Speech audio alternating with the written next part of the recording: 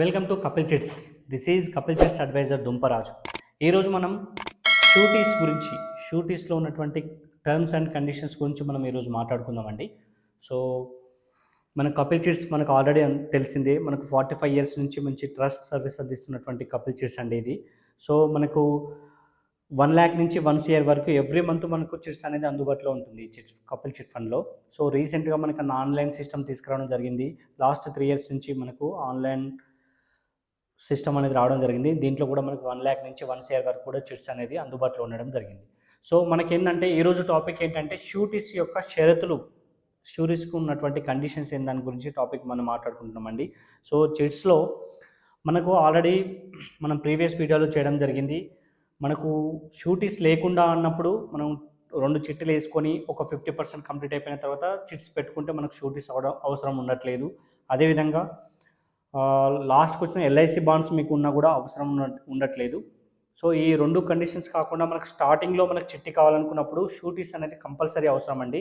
ఈ షూటీస్ మీరు ఏ విధంగా అయితే ప్రొవైడ్ చేయాలి అంటే మీ ఫ్యూచర్ లాబిలిటీని బట్టి కంపల్సరీ ఏంటంటే మీరు రెగ్యులర్గా కడుతున్నారా, లేదంటే మీ ఫ్యూచర్ లాబిలిటీని అంటే మీ రెగ్యులర్ పేమెంట్ని షూటీస్ ఫ్యూచర్ లాబిలిటీని డిపెండ్ అయ్యే మనం షూటీస్ అడుగుతున్నామండి.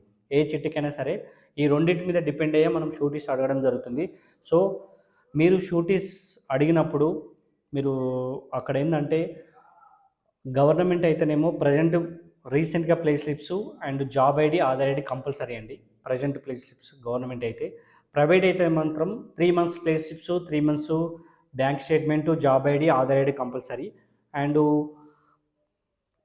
మనకు ఐటీ అయితేనేమో 3 years ఐటీ, ఏ ఇయర్కి ఆ ఇయర్ ఫైలింగ్ అయి ఉండి 3 years ఐటీ పేమెంట్ చేసిన వాళ్ళకు కూడా ఐటీ అనేది మనకు కంపల్సరీ అనేది ఉండటం జరుగుతుంది.